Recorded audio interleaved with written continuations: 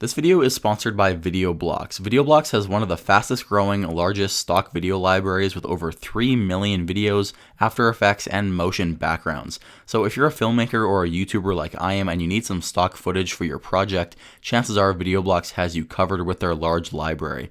So if you're uploading your project to YouTube, the best part is all clips are royalty free, so you won't be getting flagged with copyright claims. So if you want to get started with VideoBlocks, you can grab a 7-day free trial by clicking the link in the description. Let's go ahead and jump into the video.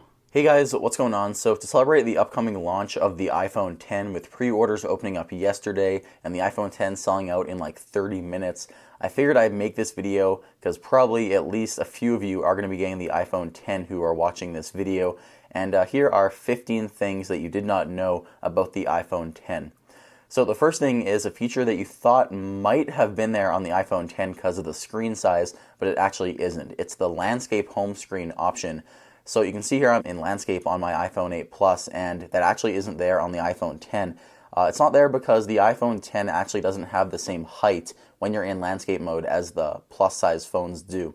So it really wouldn't work out that well. They wouldn't be able to fit 4 rows of icons, and it actually makes sense because there wouldn't be that much content to view in landscape mode anyway. So another thing in landscape mode is when you are in Safari, Safari tabs are no longer supported. So again, because the screen is a bit thinner when you're in landscape mode, if you open up a new tab, these tabs won't exist like they do on the plus size phones and like they do on the iPads. So number 3 is Face ID only supports one face at launch. So this is kind of unfortunate because Touch ID actually supports up to 5 fingers, the 5 fingers on your hand. And what some people did is they allowed their family members to enroll their finger so they could get into their phone. Right now though, Face ID only supports one face at launch. So maybe in a future software update, Apple will update this with more faces, which might allow for more users on the iPhone. But at launch, it only supports one face, and unfortunately, only you can get into your phone by using the facial recognition technology.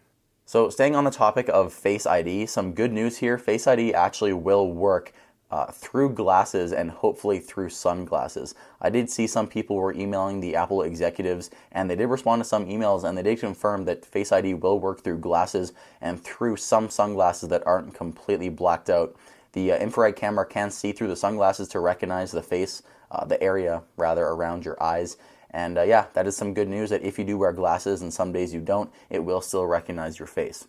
So also staying on the topic of facial recognition, when you are on your lock screen and you have some notifications here, the camera, as soon as you turn on the phone, the camera up here on the iPhone X will actually detect who is looking at the phone, and depending on whether or not if the face is a match, it will show you notifications. So if a stranger picks up my phone and I have like 10 text messages that I don't want someone to see, the lock screen will look like this with no notifications on the screen. And as soon as my phone comes back into my hand and as soon as it sees my face, I will then be shown all my notifications. So this is really cool, and this is actually a feature that Apple is now able to include on the new iPhone, because before with Touch ID you had to actually just scan your finger. Now it can recognize you without you doing anything, so that's really nice.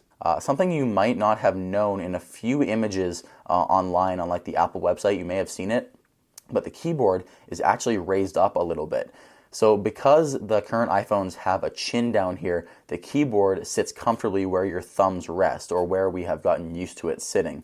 On the iPhone X, because the screen actually starts all the way down here, it would be really inconvenient for you to type all the way down here. So now there is a little blank space down here, and I think some of the keys are down here, like the emoji button and maybe the dictation button are moved down here, which allows you to have more key space for the space button.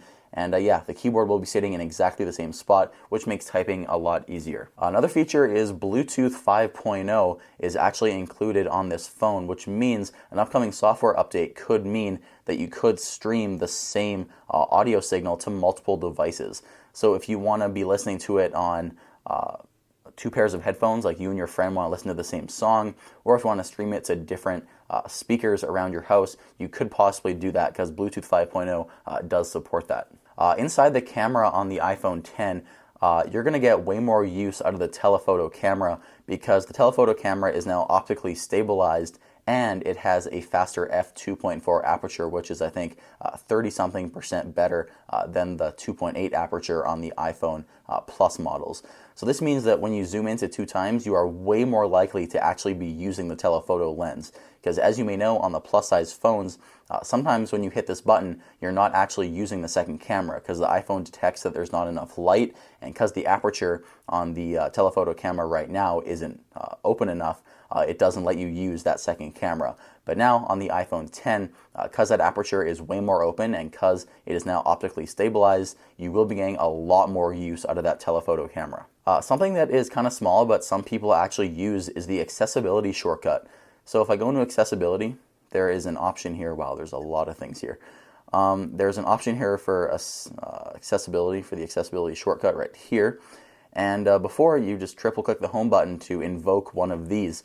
And because there is no home button on the iPhone 10, this has been completely removed. So if you want to turn on anything for accessibility, you'd have to go into settings now. There is no more accessibility shortcut where you can quickly click the home button 3 times. Because the screen on the iPhone 10 is OLED, some traditional issues with OLED has been screen burn-in, where a constant image on your phone could actually burn into the OLED, and when that is no longer on your screen, you could see it still existing there on the pixels. So Apple has actually built in some mitigation to stop this behind the scenes. This was found in the HomePod code, I think like months ago when people were digging through the software. But an example like the status bar, since the status bar is always there, Apple has some sort of technology that will stop burn-in. So if your status bar is always there, or if you're always leaving your phone unlocked on the home screen, you don't have to worry about these icons or anything burning in on your OLED screen because Apple has built-in technology to stop that. So something we have learned from developers speaking out on Twitter and stuff is that Apple has actually told developers to embrace the notch. So they don't want developers to try to hide the notch, or as Apple calls it, I think they call it the sensor housing. They don't want developers to try to hide the sensor housing by putting black pixels on the left and right of it. They want them to include their app in the top left and top right. They don't want people to try to hide the notch. I guess that's because all of the stock Apple apps actually do embrace the notch. So they want third-party apps to also embrace the sensor housing at the top. So in some of the marketing images, you may have seen the exclusive iPhone 10 wallpapers. These aren't exclusive to the iPhone 10 here. These are on the iPhone 8 right here. These are exclusive to the iPhone 8, but there will be new wallpapers coming to the iPhone 10 that are also exclusive. And you are also going to be getting some new dynamic wallpapers and some new live wallpapers. Apple has actually been removing wallpapers from this section, not adding wallpapers, unfortunately. And the good news is Apple actually hired a company to make some colorful new live wallpapers. So we will finally be getting some new live and dynamic wallpapers on the iPhone 10. So another thing that I did notice on the iPhone 10 is that one-handed unlocking may be quite difficult.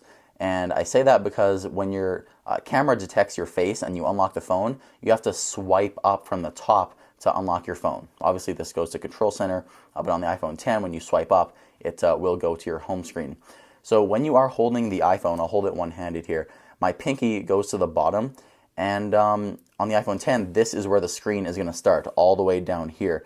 So if I turn on my screen and I try to unlock it, I'm going to have to swipe all the way up from down here. Reaching the screen here is easy, but on the iPhone 10, remember, the screen starts all the way down here. So getting my thumb all the way down to the bottom may be a little bit hard, and I know that to unlock it, you can't just swipe up from the middle of the display. You actually have to go all the way down and touch that little bar and then swipe up to get to your home screen.